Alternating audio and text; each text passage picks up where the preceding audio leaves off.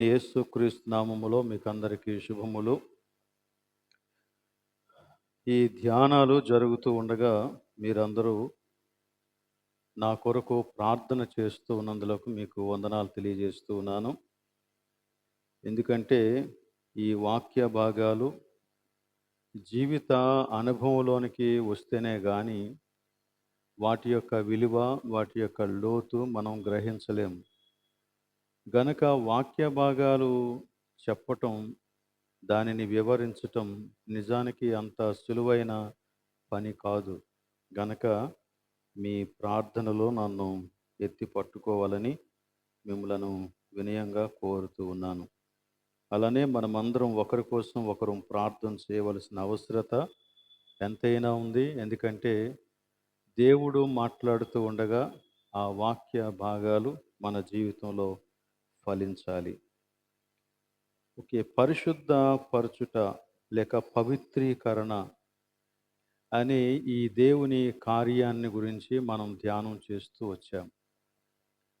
ఇప్పటికే మనము చాలా విషయాలు ఇందులో నేర్చుకున్నాం. ఈ పవిత్రీకరణలో 3వ దశలో మనము ఎవరికైతే మన జీవితాన్ని అప్పగించామో, సమర్పణ చేశామో, మన యొక్క చిత్త స్వాతంత్ర్యాన్ని ఎవరికైతే మనం అప్పగించేస్తామో ఆ దేవునితో కలిసి నడవటాన్ని గురించి మనము ధ్యానం చేస్తూ ఉన్నాం. ఒక పాత సామెత, ఇంగ్లీష్ సామెత ఉంది కదా, అదేంటంటే నీ స్నేహితుడు ఎవరో చెప్పు, నువ్వెవరో నేను చెప్తానని అన్నాడంట. ఒకవేళ నీవు దేవునితో, యేసుక్రీస్తుతో కలిసి నడిచే వ్యక్తివైతే ఖచ్చితంగా యేసుక్రీస్తు వంటి వాడవు అవుతావు. ఎందుకంటే ఆయన పరిశుద్ధుడు. మనం ఆయన రూపంలోనికి మార్చబడుతూ ఉన్నప్పుడు ఆ పరిశుద్ధత మన యొక్క జీవితంలోనికి ప్రవహిస్తుంది. మనము ఆ రూపంలో చెక్కబడతాం. గనక యేసుక్రీస్తుతో కలిసి నడిచేటువంటి అనుభవం ఏదో ఒక సమయానికి, ఒక సందర్భానికి మాత్రమే పరిమితమైనటువంటి అనుభవం కాదది. మనము దేవుని యొక్క వాక్యాన్ని చదివేటప్పుడు ఎంత పవిత్రతనైతే మన యొక్క హృదయంలో కలిగి ఉండాలని కోరుకుంటామో అదే పవిత్రత, అదే జీవితం మన యొక్క నిరంతర అనుదిన జీవితంలో ప్రతి సందర్భంలో మనము అనుభవించాలి అంటే ఆ దేవునితో మనం నిత్యము కనెక్షన్ కలిగి ఉండాలి, నిత్యము ఆయనతో సంబంధం కలిగి ఉండాలన్నమాట. కాబట్టి ఇలాంటి అనుభవంలో మనం ముందుకి నడవటం అనేది చాలా అవసరం. మనము రోమా పత్రిక 6వ అధ్యాయంలో నుంచి చాలా విషయాలు నేర్చుకున్నాం. అందులో ఈ పరిశుద్ధతను గూర్చినటువంటి సంగతులు చాలా చక్కగా చెప్పాడు. 22వ వచనంలో మనం గమనిస్తే, రోమాపత్రిక 6వ అధ్యాయం 22వ వచనం, అయినను ఇప్పుడు పాపము నుండి విమోచింపబడి దేవునికి దాసులైనందున, పాపము నుండి విమోచింపబడి దేవునికి దాసులైనందున పరిశుద్ధత కలుగుటయే మీకు ఫలము. అలాగనే 19వ వచనంలో కూడా అదే విషయాన్ని చెప్పాడు. మీ శరీర బలహీనతను బట్టి మనుష్యరీతిగా మాట్లాడుచున్నాను. ఏమనగా అక్రమము చేయుటకై అపవిత్రతకును అక్రమమునకును మీ అవయవములను దాసులుగా ఎలాగూ అప్పగించితురో అలాగే పరిశుద్ధత కలుగుటకై ఇప్పుడు మీ అవయవములను నీతికి దాసులుగా అప్పగించుడి. సో కనుక పాపముల నుండి విమోచింపబడి యేసుక్రీస్తుకి దాసులైన వారి యొక్క జీవితంలో ఏం ఫలిస్తుందంట? పరిశుద్ధత ఫలిస్తుందంట. అదే చెప్పాడు. సో మొదట మనం 2 అనుభవాలను గురించి మాట్లాడుకున్నాం. అదేంటంటే మనలను దేవుడు మన యొక్క పాపముల విషయంలో క్షమించి నీతిమంతులుగా తీర్చటం, పాపముల నుండి విడిపించబడటం. అంటే అప్పటి వరకు మనం చేసినటువంటి పాపాలను గూర్చినటువంటి విషయం అక్కడ మనకి ఫోకస్ అవుతూ ఉంది. రెండవది, మనం దేవునికి దాసులగుట అంటే మనల్ని మనం దేవునికి విధేయులుగా అప్పగించేసుకోవటం. మన యొక్క ఫ్రీ విల్‌ని, మన యొక్క చిత్త స్వాతంత్ర్యాన్ని, నా ఇష్టము అని చెప్పబడినటువంటి దానిని దేవునికి అప్పగించేయటం వలన ఇప్పుడేం జరుగుతుందంటే పరిశుద్ధత కలుగుతుంది అని చెప్పాడన్నమాట. సరే, ఈ పరిశుద్ధతను గురించి మనం మాట్లాడినప్పుడు, నేను దేవునికి నా యొక్క హృదయాన్ని అప్పగించేశాను గనక పరిశుద్ధత నా జీవితంలో కలుగుతుంది అని నేను చెప్పినప్పుడు, అది ఒక కంప్లీటెడ్ యాక్షన్‌గా మాట్లాడడం లేదు. అంటే సంపూర్తి చేయబడినటువంటి కార్యంగా మాట్లాడడం లేదు. అది పరిశుద్ధత అనేది మన యొక్క జీవితంలో నిరంతరము క్రమంగా అభివృద్ధి చెందేటువంటి ఒక ప్రక్రియ. నిరంతరము మన జీవితంలో, విశ్వాసుల యొక్క జీవితంలో క్రమక్రమంగా అంటే క్రమేపీ అభివృద్ధి దశలో ఉండేటువంటి ఒక ప్రక్రియ అన్నమాట అండి. కనుక ఈ రోజున నేను ప్రార్థన చేశాను కాబట్టి, ఈ రోజున నేను దేవుని యొక్క వాక్యాన్ని నేర్చుకున్నాను కాబట్టి, ఈ రోజున వినిన వాక్యాన్ని బట్టి నా జీవితాన్ని నేను ప్రభువుకి అప్పగించేశాను కాబట్టి నేను సంపూర్ణంగా పరిశుద్ధుడినైపోయాను అని ఒక వ్యక్తి చెప్పలేడు. ఎందుకు అంటే దేవుని యొక్క వాక్యం అలా చెప్పట్లేదు. ఇక్కడ ఉపయోగించబడినటువంటి హీబ్రూ భాషలోని పదం కూడా పరిశుద్ధత కలుగుటకై అని చెప్పబడినటువంటి ఆ మాట సంపూర్ణతను గురించి మాట్లాడడం లేదు, కానీ పరిశుద్ధ పరచబడుతూ ఉండేటువంటి ఒక క్రియను గురించి మాట్లాడుతూ ఉంది. ఇలాంటి మాటలు బైబిల్లో మనకి చాలా చోట్ల కనపడతాయి. అనేకమైన వాక్య భాగాల్లో మనం చూడవచ్చు. ఉదాహరణకి మొట్టమొదటి రోజున మనం తెస్సలోనికైలకు రాసినటువంటి పత్రికలో నుండి ఒక వాక్య భాగాన్ని చూసాం. తెస్సలోనికైలకు రాసిన మొదటి పత్రిక 4వ అధ్యాయంలో మనం 3వ వచనం, మీరు పరిశుద్ధులగుటయే అనగా జారత్వమునకు దూరముగా ఉండుటయే దేవుని చిత్తము. ఇక్కడ పరిశుద్ధులగుటయే అనే ఈ మాట కూడా కంటిన్యూవల్ యాక్షన్ అన్నమాట, లేక ప్రజెంట్ కంటిన్యూస్ టెన్స్లో ఉపయోగించబడినటువంటి ఒక మాట అది. అంటే నీ జీవితంలో ఈ పరిశుద్ధత అనేది నీ జీవితం అంతట్లో రోజు రోజుకి క్రమేపీ అభివృద్ధి దశలో అది జరుగుతూ ఉండేటువంటి ఒక క్రియ. బట్ అదే సమయంలో ఇదే తెస్సలోనికై పత్రిక 3వ అధ్యాయం 13వ వచనం, 12, 13 వచనాలు కలిపి ఉన్నాయి కదా, అక్కడ మనం చూస్తే అక్కడ మరో రీతిగా ఇదే మాటను ఉపయోగించాడు. మరియు మన ప్రభువైన యేసు తన పరిశుద్ధులందరితో వచ్చినప్పుడు మన తండ్రి అయిన దేవుని ఎదుట మీ హృదయములను పరిశుద్ధత విషయమై అనింద్యమైనవిగా ఆయన స్థిరపరచుటకై మేము మీ ఎడల ఎలాగూ ప్రేమలో అభివృద్ధి పొంది వర్ధిల్లుచున్నామో అలాగే మీరును ఒకని ఎడల ఒకడును మనుషులందరి ఎడలను ప్రేమలో అభివృద్ధి పొంది వర్ధిల్లినట్లు ప్రభువు దయచేయునుగాక. ఇక్కడ మధ్యలో పరిశుద్ధత విషయమై మీ హృదయములను పరిశుద్ధత విషయమై అనింద్యముగా ఆయన స్థిరపరచుటకై అనే ఈ మాట సంపూర్ణమైనటువంటి ఒక స్థితిని తెలియజేస్తూ ఉంది. దాని యొక్క అర్థం అది. సో ఈ రెండు మాటలకు ఉండేటువంటి డిఫరెన్స్ మనకి తెలియాలంటే గ్రీకు భాషలో ఈ ఈ పదాలని వివరించడానికి వినియోగించినటువంటి మాటలు మనం తెలుసుకుంటే దాని యొక్క అర్థం ఇంకా పూర్తిగా అర్థమవుతుంది. కానీ ఆ మాటలను గురించి నేను ఇప్పుడు మీకు చెప్పటం లేదు. కానీ ఒకవేళ మీలో ఎవరైనా ఆసక్తిగా ఉంటే నన్ను అడగండి, నేను తప్పకుండా ఆ మాటలను గురించి మీకు వివరిస్తా.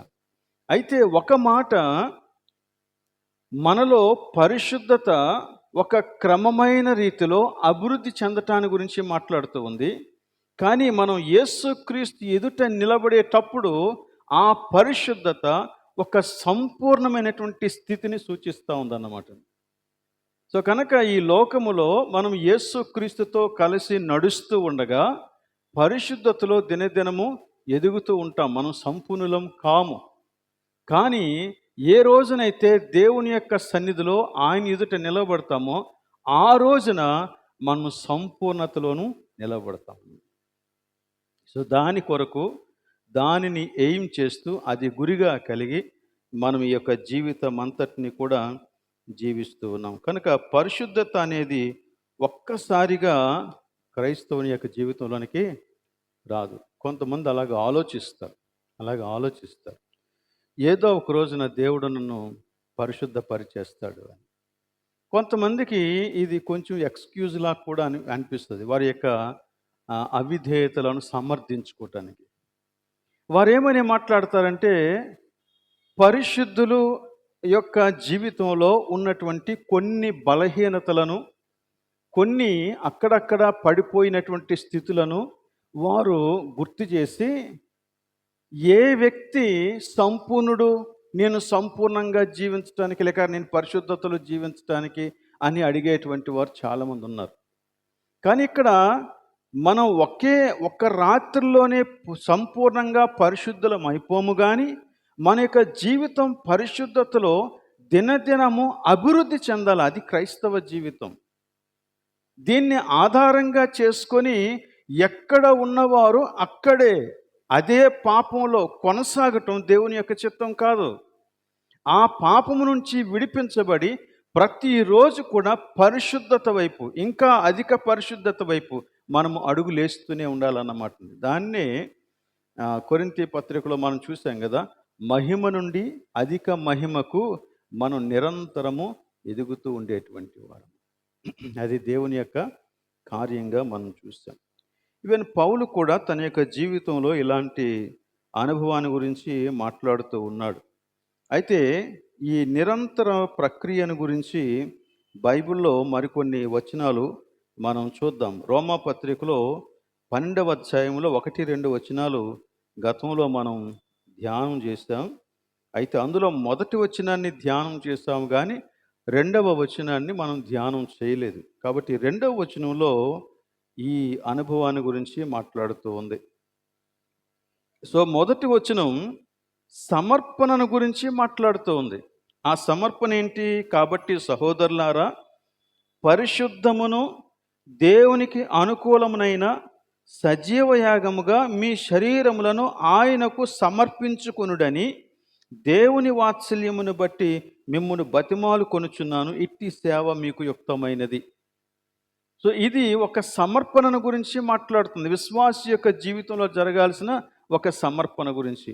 ఇప్పుడు ఆ 2వ వచనం మనం గమనిస్తే, ఆ 2వ వచనం దేన్ని బోధిస్తుందంటే, నీవు చేసినటువంటి సమర్పణను అనుసరించిన జీవితాన్ని గురించి మాట్లాడుతూ ఉంది. దానినే రూపాంతర ప్రక్రియ అని కూడా మనం పిలవచ్చు. చూడండి, 2వ వచనం చదువుతున్నాను. మీరు ఈ లోక మర్యాదను అనుసరింపక ఉత్తమమును అనుకూలమును సంపూర్ణమునయున్న దేవుని చిత్తమేదో పరీక్షించి తెలుసుకొనున్నట్లు మీ మనస్సు మారి నూతన మొగుట వలన రూపాంతరము పొందుడి.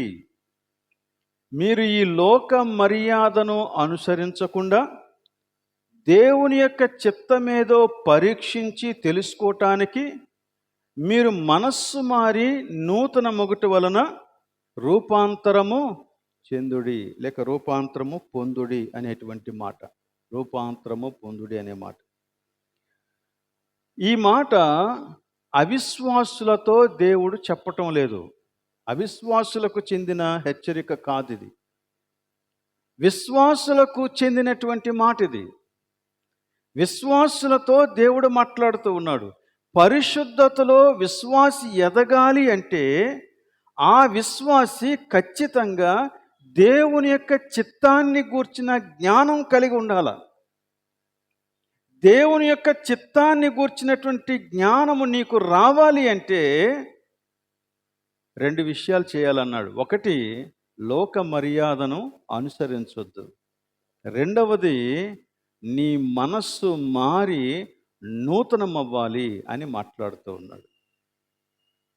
మనస్సు మారి అనగా ఈ లోక మర్యాద నుండి వేరుపడి దేవుని యొక్క చిత్తాన్నే నేను చెయ్యాలి అనేటువంటి ఆ మనస్సు మనలో అభివృద్ధి చెందుతూ ఉన్న కొలది మనం దేవుని యొక్క చిత్తాన్ని గ్రహిస్తామన్నమాట.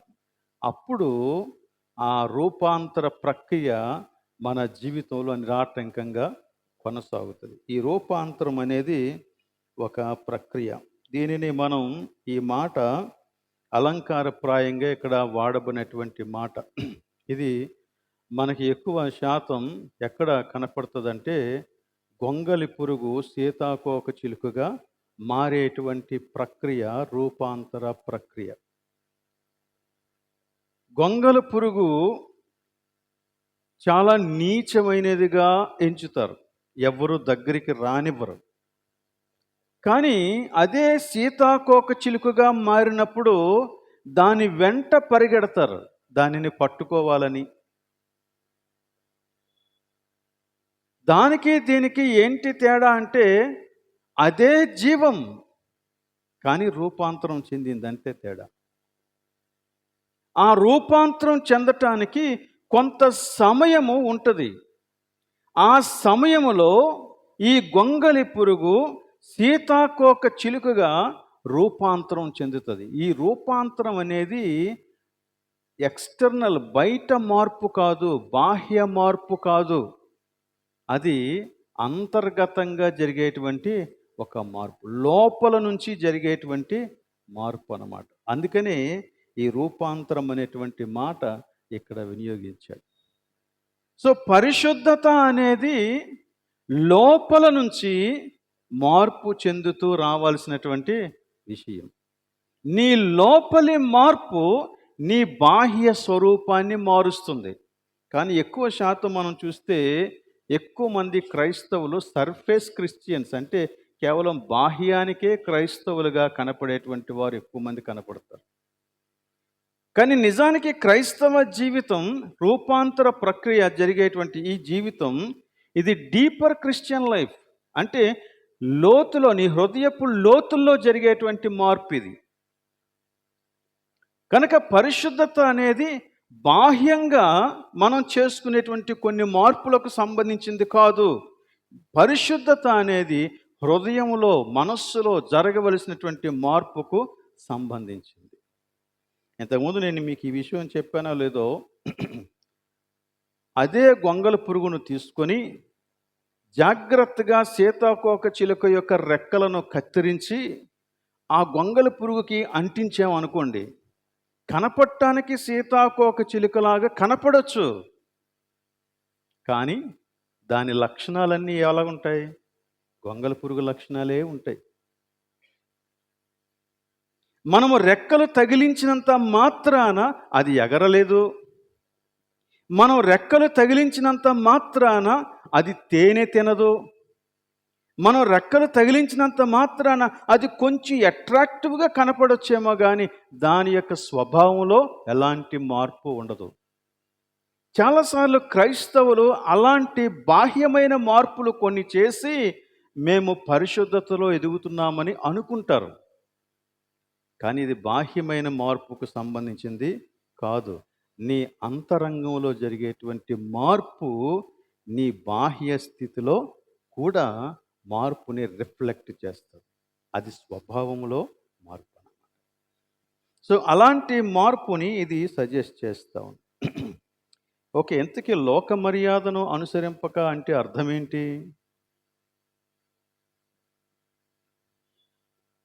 ఏమండి, లోక మర్యాదను అనుసరింపక అంటే అర్థం ఏంటి? దాన్ని సింపుల్గా మనం ఎలాగ అర్థం చేసుకోవాలంటే, లోకస్తులు ఆచరించేటువంటి విధానాలు నీవు నేను ఆచరించకూడదు. కొన్ని రెఫరెన్సెస్ మనం చూద్దాం.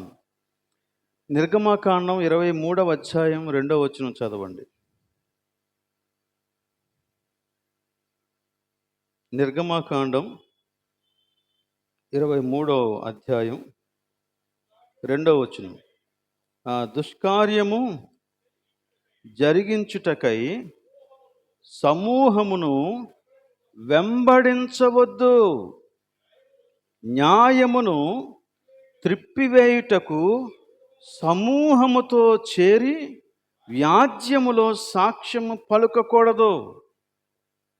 సమూహము అంటే దేవుని యొక్క న్యాయ విధిని తప్పిపోయినటువంటి సమూహము. ఈ లోక మర్యాద ఏంటంటే, సమూహము ఎటువైపు ఉంటే నేను అటువైపు మారిపోవటం లోక విధానం. దేవుడు చాలా క్లియర్గా చెప్తున్నాడు, దుష్కార్యము జరిగించుటకు సమూహమును వెంబడించవద్దు. అది దేవుని మర్యాద కాదు, అది లోక మర్యాద. ఇంకొక వచనం చూడండి, లేవీకాండంలో 18వ అధ్యాయం 29, 30 వచనాలు. లేవీకాండం 18, 29, 30 వచనాలు. ఎవరు అట్టి హేయ క్రియలలో దేనినైనను చేయుదురో వారు ప్రజలలో నుండి కొట్టివేయబడుదురు. కాబట్టి మీకంటే ముందుగా ఉన్నవారు అనుసరించిన ఆ హేయమైన ఆచారములలో దేనినైనను అనుసరించుట వలన అపవిత్రత కలుగజేసి కొనకుండునట్లు నేను మీకు విధించిన విధిని అనుసరించి నడుచుకొనవలెను. నేను మీ దేవుడైన యెహోవాని. ఎంత క్లియర్గా దేవుడు మొదటి నుండి చెప్తున్నాడో చూడండి.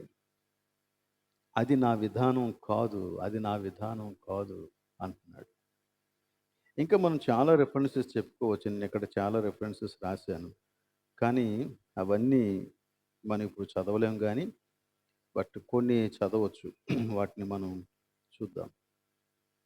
సో ఈ విషయాలు మీరు ఆలోచించేయండి.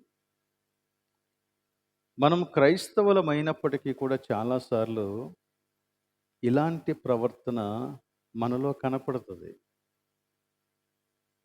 దేవుడు వద్దని చెప్పినా, దేవుడు అది హేయమని చెప్పినా, సమాజం కోసం వాటిని ఆచరిస్తాం, వాటిని చేస్తాం.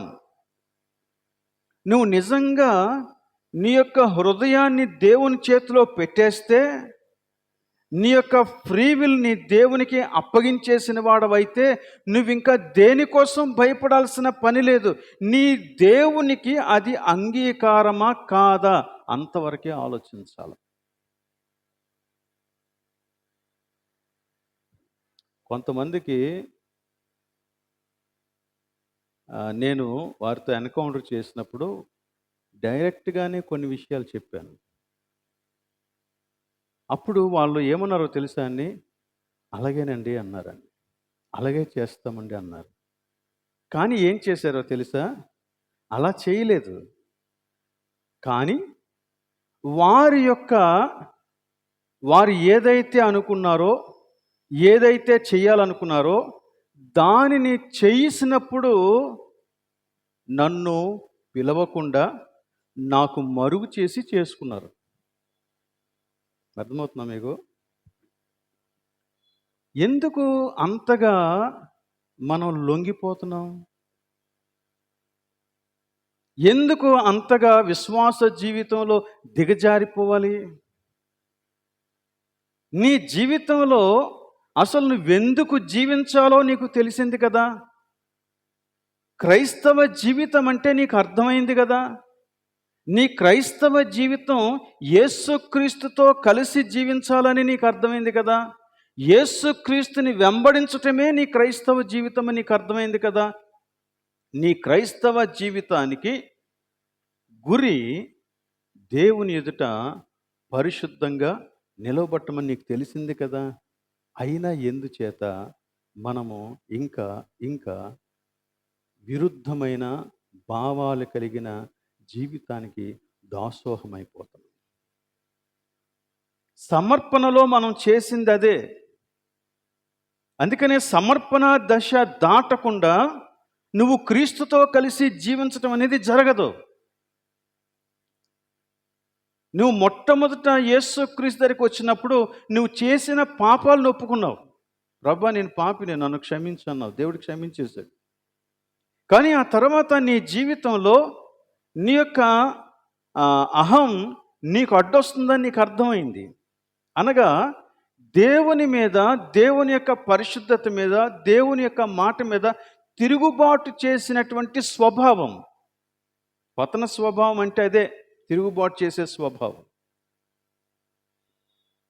దేవుని మాట ఇష్టం ఉండదు. దేవుని యొక్క మాటను మనం తిరుగుబాటు చేస్తాం. దాన్ని అనుసరించడానికి మనకి మనస్సు ఉండదు. కానీ సమర్పణ దశలో ఏం జరిగిందంటే, అలాంటి తిరుగుబాటు మనస్తత్వాన్ని ప్రభు పాదాల దగ్గర పెట్టేసి, ప్రభువా నువ్వేం చెప్తే నేను అది చేస్తాను అనేటువంటి దశకు వచ్చాం మనం. అది సమర్పణ దశ. ఆ సమర్పణ దశ జరిగినప్పుడు ఇక ఆ తర్వాత నీవు దేవుని మీద మరలా తిరుగుబాటు చేసేటువంటి ధోరణిలోనికి వెళ్ళకూడదు. కొన్నిసార్లు అవివేకంతో కానీ, లేకపోతే పొరపాటున కానీ, లేకపోతే కొన్నిసార్లు తెలిసి కూడా పడిపోయేటువంటి అవకాశాలు ఉన్నాయి. కానీ తిరుగుబాటు చేసేటువంటి స్వభావం మాత్రం ఉండకూడదు. తిరుగుబాటు చేసే స్వభావానికి పడిపోవటానికి ఏంటండి తేడా అంటే, తిరుగుబాటు చేసేటువంటి స్వభావం దేవుని యొక్క నీతికి ఎంత మాత్రము విధేయత చూపించదు.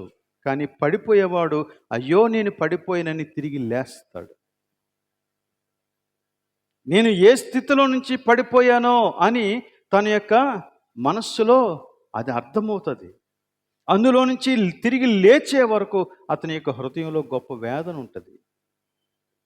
ప్రభు యొక్క సన్నిధిలో తన్ను తాను అప్పగించుకొని, ప్రభు నన్ను క్షమించు, నన్ను క్షమించు, నన్ను క్షమించు అని దావీదు పశ్చాత్తాపంతో ప్రార్థన చేసినట్టు ప్రభు సన్నిధిలో ప్రార్థన చేస్తాడు. కనుక క్రైస్తవ జీవితం అంటే పడుతూ లేస్తూ ఉండే జీవితం కాదు. తిరుగుబాటు స్వభావంతో కూడిన జీవితం కాదు. దేవునితో కలిసి నడిచేటువంటి జీవితం, దేవునికి విధేయత చూపించేటువంటి జీవితం. సంచేత మనము దేవుని యొక్క చిత్తం మనకి స్పష్టంగా కనపడాలంటే నీ మనస్సులో నువ్వు స్పష్టమైన నిర్ణయం చేయాల. అదే మనస్సు మారటం. ఇక్కడ చూడండి, ఇది ఏం చెప్పాడో, మీ మనస్సు దేవుని యొక్క చిత్తము తెలిసిన తర్వాత మారుతుంది అని చెప్పలేదు. మారిన మనస్సుకే దేవుని చిత్తం అర్థమవుతుందని చెప్పాడు. గమనించారా ఆ వాక్య భాగాన్ని? చూడండి, మళ్ళీ నేను చదువుతున్నాను. మీరు ఈ లోక మర్యాదను అనుసరింపగా ఉత్తమమును అనుకూలమును సంపూర్ణమునైన దేవుని చిత్తమేదో పరీక్షించి తెలుసుకున్నట్లు మీ మనస్సు మారి నూతన ఒకటి వలన రూపాంతరం పొందిరి. అంటే నీ మనస్సు మారితేనే దేవుని యొక్క చిత్తాన్ని నువ్వు తెలుసుకోగలవు. మనస్సు మారడం అంటే ఏంటి? దేవునికి విరుద్ధమైనటువంటి ఆలోచన, దేవునికి విరుద్ధమైనటువంటి భావాలు కలిగినటువంటి మనస్సుతో ప్రభువా నీ చిత్తం బయలుపరచు, ప్రభువా నీ చిత్తం బయలుపరచు అని నువ్వు ఎంత ఉపవాసం చేసి ప్రార్థన చేసినా నీకు అర్థం కాదు. ఎందుకంటే మన మనస్సు ఆల్రెడీ దేవునికి దూరంగా ఉంది.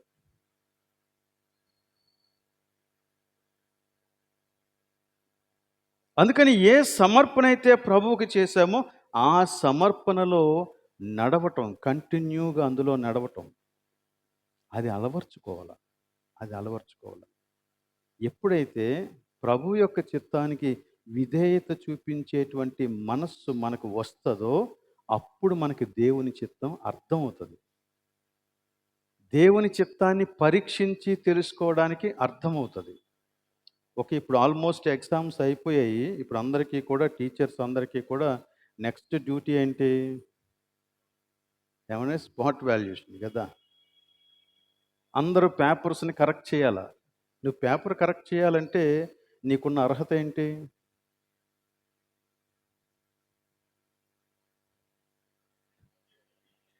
సబ్జెక్ట్ తెలియాలా నీకు. వాడు రాసింది కరెక్టో కాదో నీకు తెలియాలా. కరెక్టో కాదో నీకు తెలియాలి అంటే అసలు నీకు ఏది సత్యమో మొట్టమొదట తెలియాలా. అది తెలియకుండా నువ్వు ఆ పేపర్ జడ్జి చేయలేవు. అదే నాలోటోడికి ఇచ్చాడు అనుకోండి, నాకు తెలియని ఒక సబ్జెక్టు బహుశా లెక్కలు అనుకుందాం, మ్యాథ్స్. నాకు అసలేం తెలీదు. వాడు ఏదో రాస్తాడు. నేను ఒకవేళ మార్కులు వేయాలంటే ఎలా మార్కులు వేస్తాను? బహుశా స్కేల్ పెట్టి కొలిచేస్తానేమో. నీకు తెలియాలా? నీకు తెలిస్తేనే నువ్వు ఇవాల్యుయేట్ చేయగలవు. అలాగనే ఈ లోకంలో నువ్వు బ్రతుకుతూ ఉన్నప్పుడు లోక విధానాలు తప్పని నీకు తెలియాలంటే దేవుని యొక్క విధానం నీకు తెలియాల. ఆ దేవుని విధానం నీ మనస్సులో నీకు నాటబడాల. ప్రభువా, నీ చిత్తం నేను చేయటానికి సంపూర్ణంగా ఇదిగో అవైలబుల్గా ఉన్నాను. అలా దేవుని మనస్సుతో ఆలోచించేవాడికి ప్రతి దానిని పరీక్షిస్తాడన్నమాట. ఇక్కడ దేవుని చిత్తమేదో పరీక్షించి తెలుసుకోవటం అంటే అర్థం దేవుని చిత్తాన్ని పరీక్షించటం కాదు. నీ ఎదుటికి వచ్చేది అది ఏదైనా అది దేవుని యొక్క చిత్తానికి అనుకూలంగా ఉందా లేదా అని తెలుసుకోవటం. అర్థమవుతుంది కదా? దేవుని చిత్తాన్ని పరీక్షించి తెలుసుకోవటం అంటే దేవుని చిత్తాన్ని పరీక్షించటం కాదు. నీ ఎదుటికి వచ్చేటువంటి ఆయా ఇష్యూస్ లేక సమస్యలు లేక అలాంటి కొన్ని సంఘటనలు నీ యొక్క ఎదుటికి వచ్చినప్పుడు, నువ్వు చేయాల్సి వచ్చినప్పుడు, నువ్వు మాట్లాడాల్సి వచ్చినప్పుడు అది దేవుని యొక్క చిత్తానికి అనుకూలంగా ఉందా లేదా అని తెలుసుకోవటానికి నీ మనస్సు మారి నూతనం అవ్వటం ఇంపార్టెంట్. ఎవరో వచ్చారు నా దగ్గరికి, కొన్ని మాటలు చెప్పారు. చెప్పి మనం ఇది ఎలాగైనా చేయాలండి అన్నారు. అప్పుడు నేను వారు చెప్పింది దేవుని చిత్తమా కాదా అని పరీక్షించి తెలుసుకోవాలి. అలా తెలుసుకోవాలంటే దానికంటే ముందు నాకు దేవుని యొక్క చిత్తానికి లోబడే మనస్సు ఉండాలి. సో దేవుని యొక్క చిత్తం నీకు ఎలా తెలుస్తుంది? దేవుని యొక్క వాక్యాన్ని చదవటం ద్వారా తెలుస్తుంది. లోక విషయాలను పరిశీలించటం ద్వారా నీకు తెలీదు. దేవుని వాక్యాన్ని చదవటం ద్వారా తెలుస్తుంది. దేవుని యొక్క వాక్య జ్ఞానం ఎప్పుడైతే మన యొక్క హృదయంలోకి వస్తుందో అప్పుడు ఈ జ్ఞానముతో లోక విషయాలన్నింటినీ మనం పరిశీలిస్తాం, పరీక్షిస్తాం, పరీక్షించి దాన్ని తెలుసుకుంటాం. చూడండి, ఎఫెసీ పత్రికలో కూడా ఇలాంటి ఒక సంగతిని గురించి మాట్లాడాడు. ఎఫెసీ పత్రిక 5వ అధ్యాయం 10వ వచనం. 5వ అధ్యాయం 10వ వచనం. ప్రభువుకి ఏది ప్రీతికరమో దానిని పరీక్షించుచు వెలుగు సంబంధుల వలె నడుచుకొనుడి. దేవుని చిత్తమేదో పరీక్షించటం అంటే దేవునికి ప్రీతికరమైనదేదో తెలుసుకోవటం.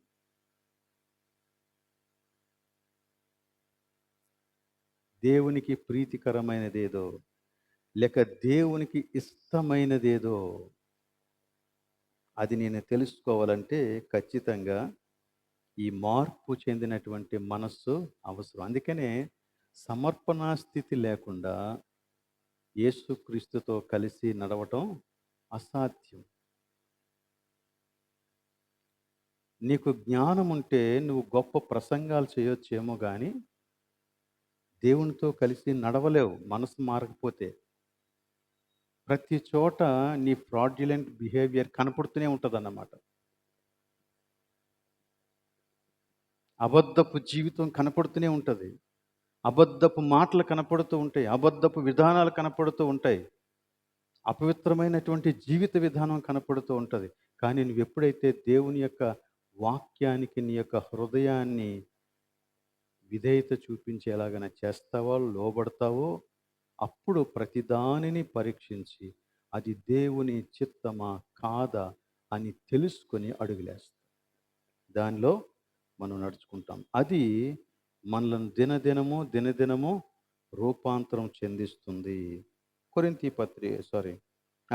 పత్రికలో దానికంటే ముందు కొలస్సే పత్రిక చూద్దాం. ఇందాక మనం చదివినటువంటి పత్రిక కొలస్సే పత్రిక 2వ అధ్యాయం 6-7 వచనాలు చదివాం.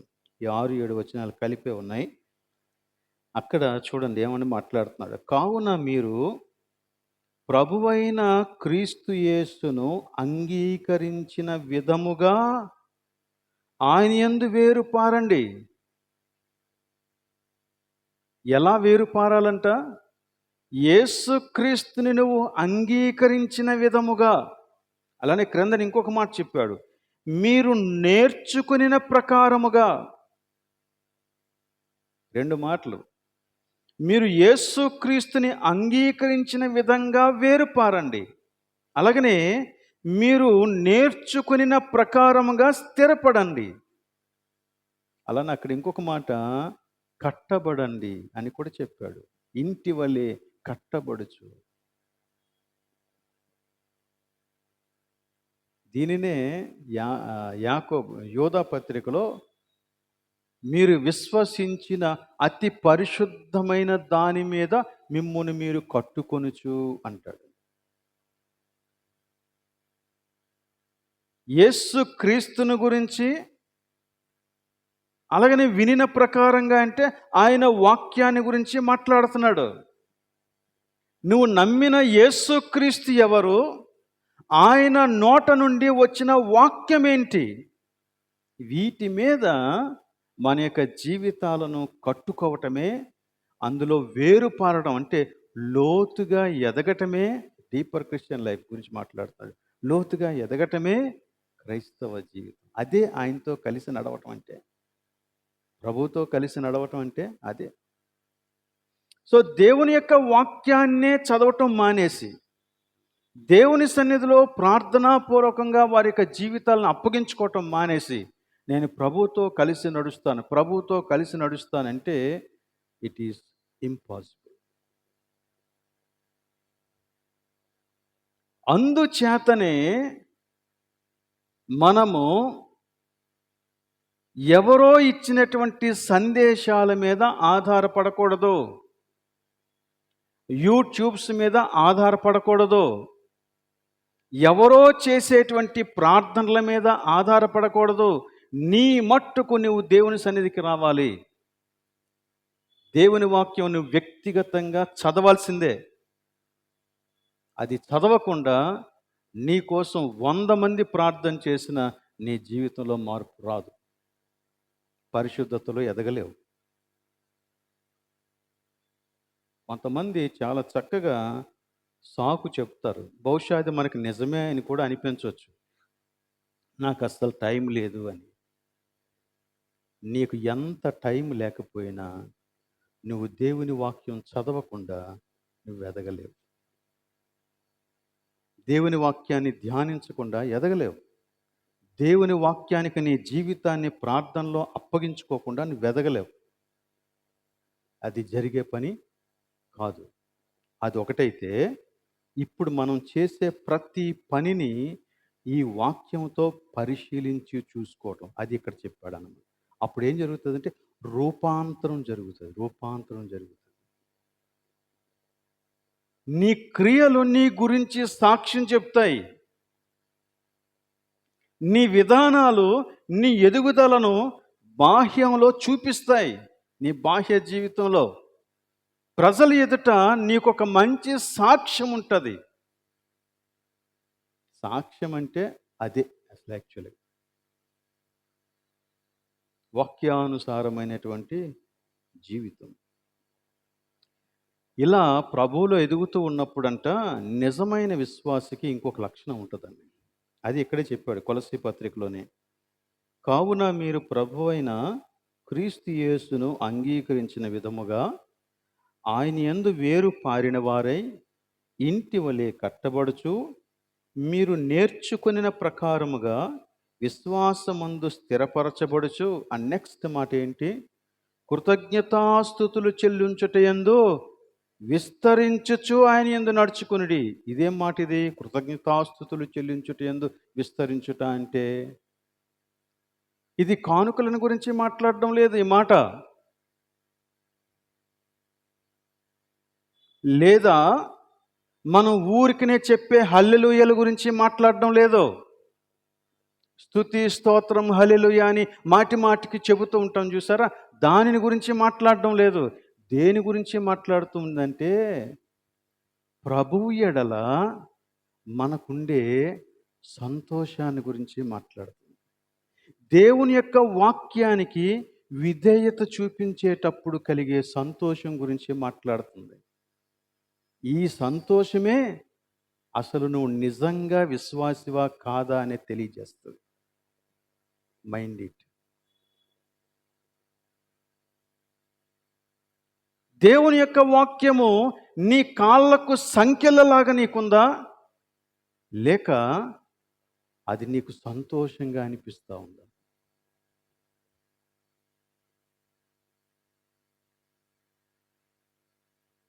దేవుని వాక్యాన్ని అనుసరించుటలో సంతోషం.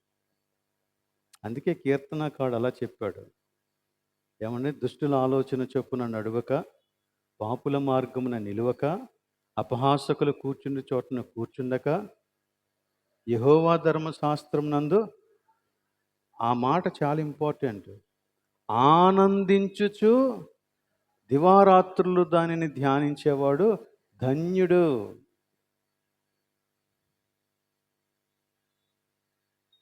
ఆనందం. నా ప్రభువుతో నేను కలిసి నడవటం నాకు ఆనందం. ఈ ఆనందం నాకు ఉద్యోగం వచ్చింది అనే ఆనందం కాదు ఇది. ఈ ఆనందం నేను ఇల్లు కట్టుకున్నాను అనేటువంటి ఆనందం కాదు ఇది. నేను ఒక బైక్ సంపాదించుకున్నాను అనే ఆనందం కాదు ఇది. లేక నాకు ఎక్కడి నుంచో ఒక పెద్ద అమౌంట్ ఆఫ్ మనీ వచ్చింది అనే ఆనందం కాదు ఇది. ఈ ఆనందం ఏంటంటే నేను దేవుని యొక్క వాక్యం ప్రకారంగా జీవించగలుగుతున్నాను అనే ఆనందం. ఈ ఆనందం ఎంతమందికి ఉంటుంది? బట్ నిజ విశ్వాసులకు ఉండాల్సిన ఆనందం అదే. అప్పుడు మిగిలినవన్నీ కూడా నీ జీవితంలో వాటి యొక్క దృక్పథం మారిపోతుంది అన్నమాట. వాటి యొక్క దృక్పథం మారిపోతుంది. కనుక ఇది మనం ఆలోచించాల్సినటువంటి విషయం. ఇది మనం ఆలోచించాల్సిన విషయం. సో ఈ రీతిగా ప్రభు యొక్క సన్నిధిలో మనం ముందుకి కొనసాగటం ఎంతైనా అవసరం. చూడండి, కొరింథీయులకు రాసిన 2వ పత్రిక 7వ అధ్యాయం 1వ వచనం. అక్కడ ఏం చెప్తున్నాడో గమనించండి. ప్రియులారా, మనకు ఈ వాగ్దానములు ఉన్నవి గనుక దేవుని భయముతో ఏంటది పరిశుద్ధతను ఏం చేసుకొనుచు సంపూర్తి చేసుకొనుచు శరీరమునకును ఆత్మకును కలిగిన సమస్త కల్మషము నుండి మనలను పవిత్రులుగా చేసుకుందాము. ఈ వాగ్దానాలు మనకున్నాయి. దేవుడు ఇంకా మన యొక్క జీవితంలో పని చేస్తున్నాడు. కాబట్టి మనం ఏం చేయాలంట? పరిశుద్ధతను సంపూర్తి చేసుకునే దిశలో ప్రయాణం చేయాలా. మన శరీరమునకును ఆత్మకును కలిగిన సమస్త కల్మషము నుండి మనలను పవిత్రులనుగా చేసుకుందాము. We haven't achieved yet. కానీ ఒక రోజు జరుగుతుంది. అది జరగాలంటే మనము దినదినము పవిత్రతలో ఎదగాలి. పవిత్రతను సంపూర్తి చేసుకునే దిశలో ఎదగాల. ఇల్లు కడుతున్నాడు ఒక వ్యక్తి. వర్క్ ప్రోగ్రెస్ అవుతుందని మనకు ఎలా తెలుస్తుంది? రోజు రోజుకి అది ఆ బిల్డింగు దాని యొక్క షేపు స్టెప్ బై స్టెప్ అలాగా వస్తూ ఉంటుంది అన్నమాట. ఈ రోజున ఓకే పునాదులు వేశారు, ఈ రోజున పిల్లర్స్ వేశారు, ఈరోజు గోడలు కడుతున్నారు, ఈరోజు లింటల్స్ అన్నీ ఒకటి దానితో అలా కడుతూ ఉంటే మనకి దాని యొక్క ప్రోగ్రెస్ అర్థమవుతుంది. మరి నీ పరిశుద్ధ జీవితం యొక్క ప్రోగ్రెస్ ఎలాగ అర్థమవుతుంది? అది కూడా అంతే. నీవు లోబడుట, నీవు విధేయత చూపుట, నీ హృదయంలో వస్తున్నటువంటి మార్పు మార్పు. విచారకరమైన విషయం ఏంటంటే కొంతమంది decisively, openly they follow the worldly things. వారేం చేస్తారంటే వారి యొక్క జీవితంలో నిర్ణయాత్మకంగా, బహిరంగంగా లోకానుసారమైన జీవితాన్ని జీవించటానికి పూనుకుంటున్నారు. ఇది చాలా డేంజర్ ఇది. నీకు తెలియకపోతే అది కంప్లీట్‌గా డిఫరెంట్. కానీ ఇప్పుడు మనకి తెలుసు. మనకి తెలుసు. మనకి తెలిసిన తర్వాత ఇంకా నేను ఇలాగే ఉంటాను, ఇలాగే చేస్తాను, ఇలా చెయ్యకపోతే నేను మనలేను అనుకుని జీవిస్తున్నావు కదా, అది నీకు ఉరి ఒక రోజున. We should change. ఖచ్చితంగా వి షుడ్ చేంజ్. దేనికోసం మనం తహతహలాడుతున్నాం? మన స్టేటస్ని కాపాడుకోవడానికి తహతహలాడుతున్నామా, లేక దేవుని దృష్టిలో పరిశుద్ధునిగా మనల్ని మనం నిలబెట్టుకోవడానికి తహతహలాడుతున్నామా? ఇది మనకి అవసరమైనటువంటి విషయం. చూడండి పౌలు ఏమంటున్నాడో ఫిలిప్పీ పత్రికలో 3వ అధ్యాయంలో చాలా క్లియర్గా మాట్లాడతాడు. నేను ఇదివరకే గెలిచితినని అయినను, ఇదివరకే సంపూర్ణ సిద్ధి పొందితినని అయినను నేను అనుకొనుట లేదు. గాని నేను దేని నిమిత్తము క్రీస్తు యేసు చేత పట్టబడితినో దానిని పట్టుకొనవలనని పరిగెత్తుచు ఉన్నాను. దేని నిమిత్తము క్రీస్తు యేసు చేత పట్టబడితినో దానిని పట్టుకోవాలని నేను పరిగెడుతున్నాను. పౌలుకి దేనికోసం దేవుడు తనని పిలుచుకున్నాడో తెలుసు. మరి నీకు తెలుసా? నిన్ను దేవుడు ఎందుకు పిలుచుకున్నాడో నీకు తెలుసా? ఈ రోజున గనక ఒకవేళ నీ మనస్సులో జవాబు నాకు తెలియదు అంటే ఇన్ని రోజులు 20 రోజుల యొక్క ధ్యానాలు కంప్లీట్గా నీ విషయంలో వేస్ట్ అయిపోయాయని అర్థం. ఇంకా నీకు తెలియదు అని నువ్వు చెప్పకూడదు. ఎందుకంటే నువ్వెందుకు పిలువబడ్డావో తెలుసా? యేసుక్రీస్తు యొక్క సారూప్యంలోనికి మార్చబడటానికే పిలువబడ్డావు నువ్వు. తెలుసా విషయం నీకు? తెలిస్తే దానికోసమే పరిగెత్తాలట. ఇదే పౌలు చెప్తున్నాడు. తర్వాత 13వ వచనం చూడండి. సహోదరులారా, నేను ఇదివరకే పట్టుకొని ఉన్నానని తలంచుకొనను గాని ఒకటి చేయుచు ఉన్నాను. ఏం చేస్తున్నావయ్యా అంటే, వెనుక ఉన్నవి మరచి ముందున్న వాటి కొరకై వేగురపడుచు క్రీస్తు యేసునందు దేవుని ఉన్నతమైన పిలుపునకు కలుగు బహుమానం పొందవలనని గురి యొద్దకు పరిగెత్తుచు ఉన్నాను. వెనుక ఉన్నవి మరచి, ఇంతకుముందు నేను దేనికి దాసోహమైపోయానో, ఇంతకుముందు నేను దేనిని చేస్తూ వచ్చానో, ఇంతకుముందు నన్ను ఏవైతే శాసించాయో వాటన్నిటినీ కూడా నేను మర్చిపోయాను. అంటే దాని అర్థం నేను వదిలేస్తాను, విడిచిపెట్టేస్తాను. ఇప్పుడు నా జీవితంలో ఒకటే ఒకటి ఉంది. అదేంటంటే క్రీస్తు యేసు ద్వారా దేవుడు నాకు ఇచ్చిన ఈ ఉన్నతమైన పిలుపునకు కలిగే బహుమానం మీద నేను దృష్టి నిలిపాను. దానికోసమే పరిగెడతాను. ఎంత క్లియర్గా ఉన్నాడో చూడండి తన యొక్క గోల్. తర్వాత ఇంకొక మాట 15వ వచనం. కాబట్టి మనలో సంపూర్ణులమైన వారమందరము ఏ తాత్పర్యము? ఈ తాత్పర్యం అంటే నీ గురి యొద్దకు పరిగెత్తే తాత్పర్యం. వెనుక ఉన్నవి మరచి ముందున్న వాటి కోసం వేగిరపడుతూ పరిగెత్తే తాత్పర్యం నీకుండాల.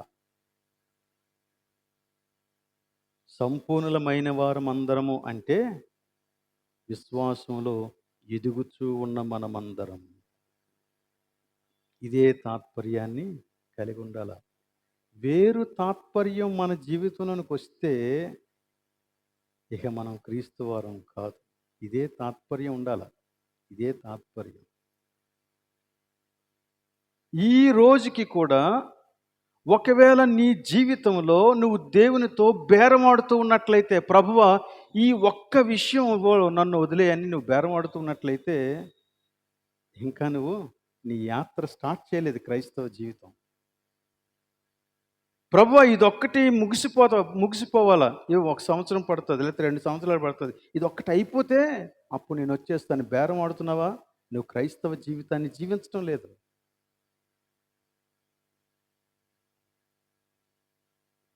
దేనికోసం బేరమాడుతున్నావు? లోకంలో జీవించడం కొరకు బేరమాడుతున్నామా? లోక ఆశల కోసం బేరమాడుతున్నామా? పాపం కోసం బేరమాడుతున్నామా? బలహీనతల కోసం బేరమాడుతున్నామా? అసలు క్రీస్తు నీకు తెలుసా? ఆయన శక్తి నీకు తెలుసా? ఈ లోకములో ఉన్నవాని కంటే నీలో ఉన్నవాడు గొప్పవాడన్న సంగతి నీకు తెలుసా? ఆయన నిన్ను విడిపిస్తాడు కదా, ఆయన నిన్ను బలపరుస్తాడు కదా, ఆయన నిన్ను చేర్చగలడు కదా. ఈరోజు ఆయన దగ్గరికి వస్తే అది మనకి దీవెన. దేవుడు అట్టి కృపను మనకి అనుగ్రహించునుగాక. ప్రార్థన చేద్దాం. మనమందరం కలిసి తలలు ఉంచుకొని కన్ను మూసుకొని ప్రభు వైపుకి చూద్దాం. క్రీస్తుతో కలిసి నడిచే జీవితం విషయంలో నీ డెసిషన్ ఏంటి?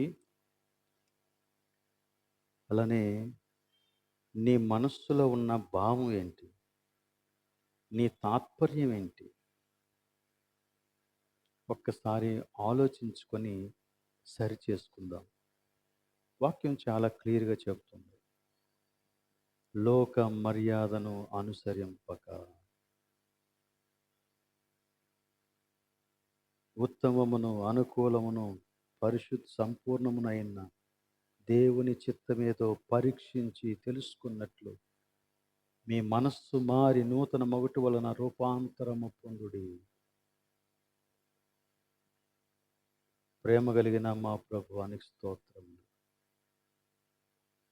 మా ఎడల కనికర సంపన్నుడవై దీర్ఘశాంతంతో ప్రేమతో మాకు నీవు నేర్పిస్తూ ఉన్నందులకు నీకు స్తోత్రం చెల్లిస్తూ ఉన్నాం. దేవా, ఇటువంటి మాటలు మేము ఎక్కడా వినలేదు. ఇలాంటి అనుభవం మాకెవరూ చెప్పలేదు. కానీ ప్రభువా, నీ సన్నిధిని, నీ వాక్యములో నీవు మా కొరకు దాచి ఉంచిన ఈ నిధిని మీరు మాకు ఇచ్చారు గనక నీకు స్తోత్రం చెల్లించుకుంటూ ఉన్నాం. కనుక ప్రభువా, మేము మరలా వెనుకున్న వాటి వైపుకు తిరగక లోకాశలను మనుజాశలను నెరవేర్చటానికి ఇంకా ఇంకా ఇంకా మేము నీ సన్నిధిలో దిగజారిపోకుండా మమ్మను కనికరించండి ప్రభువా. మేము ముందున్న వాటి కోసం వేగిరపడదు. మాకు కలిగే ఆ ఉన్నతమైన బహుమానము, పరిశుద్ధత, దాని కొరకు వేగిరపడుచు పరిగెత్తటానికి సహాయం దయచేయండి. మమ్మను బలపరుచుమని, మమ్మను నీ సన్నిధిని చక్కగా నడుచుకునేవారిగా, పరిశుద్ధమైన మార్గంలో నడుచుకునేవారిగా చేస్తావని నమ్ముతూ, మా అంతరంగంలోని ఆ మార్పు మేము అనుభవించేలాగా మాకు సహాయం చేస్తావని నమ్ముతూ ఈ ప్రార్థన మా ప్రభువును రక్షకుడైన యేసు పరిశుద్ధ నామములో అడుగుచున్నాం తండ్రి, ఆమేన్. పరలోకమందున్న మా తండ్రి, నీ నామం పరిశుద్ధపరచబడునుగాక, నీ రాజ్యం వచ్చునుగాక, నీ చిత్తం పరలోకమందు నెరవేరినట్లు భూమి నెరవేరునుగాక. మనదిన ఆహారం మాకు దయచేయము, మా రుణసులను క్షమించిన ప్రకారం క్షమించము, మమ్మల్ని శోధనకు తేక కీడును తప్పించుము. ఎందుకనగా రాజ్యము, బలము, మహిమ నిరంతరము నీవైనావు తండ్రి, ఆమేన్. మన తండ్రి అయిన దేవుని ప్రేమ, కుమారుడైన యేసుక్రీస్తు యొక్క కృప, పరిశుద్ధాత్మిక అన్యోన్య సహవాసం ఇక్కడ చేరిన మనకందరకు సంఘమంతటికి సదాకాలం తోడే ఉండునుగాక. ఆమేన్.